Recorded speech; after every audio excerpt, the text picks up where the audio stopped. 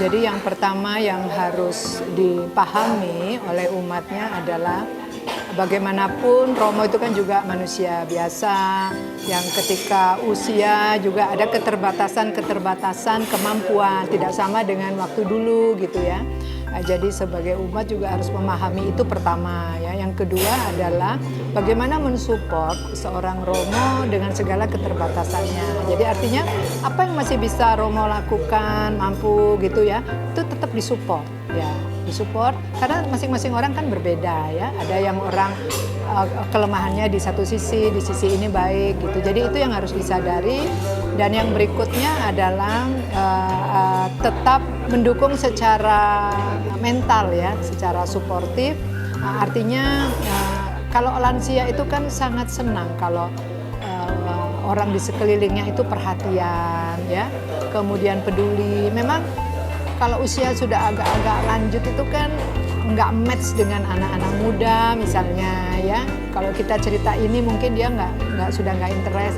Tapi itu yang harus kita pahami. Jadi kita ada di situ sering-sering ngajak ngobrol yang topik-topiknya kira-kira ya itu yang Romo sukain gitu, suka. Nah itu salah satu support kita. Nah untuk Romo sendiri mungkin dia juga perlu memahami keterbatasannya. Kalau dulu mungkin bisa sekian jam menghadapi umat sekian. Nah sekarang memang harus ada, kalau memang capek bilang capek. Mohon maaf, saya harus istirahat gitu ya. Atau saya punya waktu sekian, setengah jam untuk kalian atau 1 jam. Nah, supaya dari depan tuh umat sudah tahu, oh berarti Romo ini cuma bisa kasih setengah jam. Bimbingan atau apa gitu. Jadi Romo sendiri juga harus bisa menyesuaikan diri dengan kemampuan dia gitu.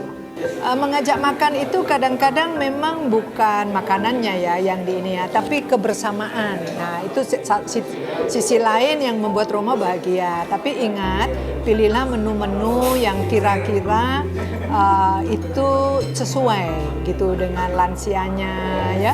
Jadi misalnya ya kalau hadir di situ anak cucu dan sebagainya ya jangan ikuti makanan-makanan mereka ya yang netral-netral begitu, diajak ke tempat-tempat yang netral dan disesuaikan jumlahnya mungkin ya. Jadi yang penting adalah kebersamaan gitu.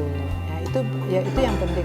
Nah, cuman ya bagaimanapun kalau makan di luar tuh kadang-kadang tidak bisa dijamin ya tentang cara mengolahnya, dan sekali-sekali bolehlah untuk refreshing Romo ya. Dan itu tadi yang pilihlah rumah makan yang kira-kira menunya itu sesuai. Ya itu